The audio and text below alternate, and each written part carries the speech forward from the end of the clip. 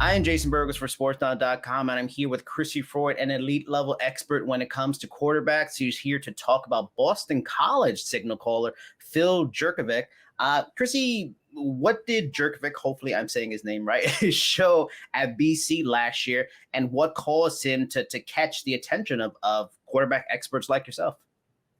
Yeah, well, I think it's interesting because he's 6'5", 226 pounds, generally classified as a pocket passer, but he's also shown the ability to evade pressure and throw on the run whenever defenses bring the pressure. So I think just from an athleticism standpoint, especially for a guy that's that big, that's definitely an underrated part of his game, something that's given some defenses some issues.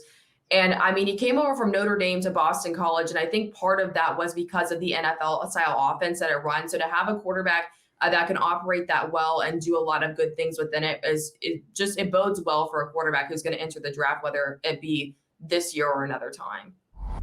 How did injury affect him? And speaking of draft, how did it affect his draft stock last year?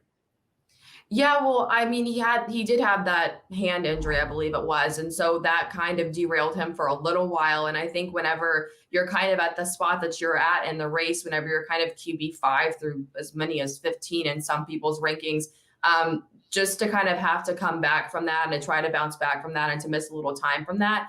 I think whenever you're a quarterback, you kind of say, hey, well, maybe not, let's not declare this year. So I think that it kind of kept us from seeing kind of the full scale of what he could do in a sense. And then I think it kind of took him out of contention to be in a really good spot as far as where he goes in the draft. Where do you think if he would have been healthy, he possibly could have, ranked among the draft boards for the league if he didn't have that injury? Well, I think in the pre-draft rankings, he probably would have been mid to late rounds in a lot of people's books. I'm sure some people would have had him around undrafted free agent. But I think if we look realistically at the way that the draft unfolded, he certainly made the right decision because Malik Willis doesn't go until the third round. A lot of people thought he was going to go QB2. Some people thought as many as 4 quarterbacks could go in the first round. Well, there was only one. It was Kenny Pickett. So when you look at that and then you look at the order in which the quarterbacks got drafted and where they went, the last one being Brock Purdy at Mr. Irrelevant, I think this is a quarterback that would have stood a shot at going in the late rounds and then possibly could have ended up being an undrafted free agent. So deeper class this year. It's going to be interesting to see how that shakes out and how much of a name he can make for himself and how he can ultimately contend with those guys kind of in the 1 through 5 range.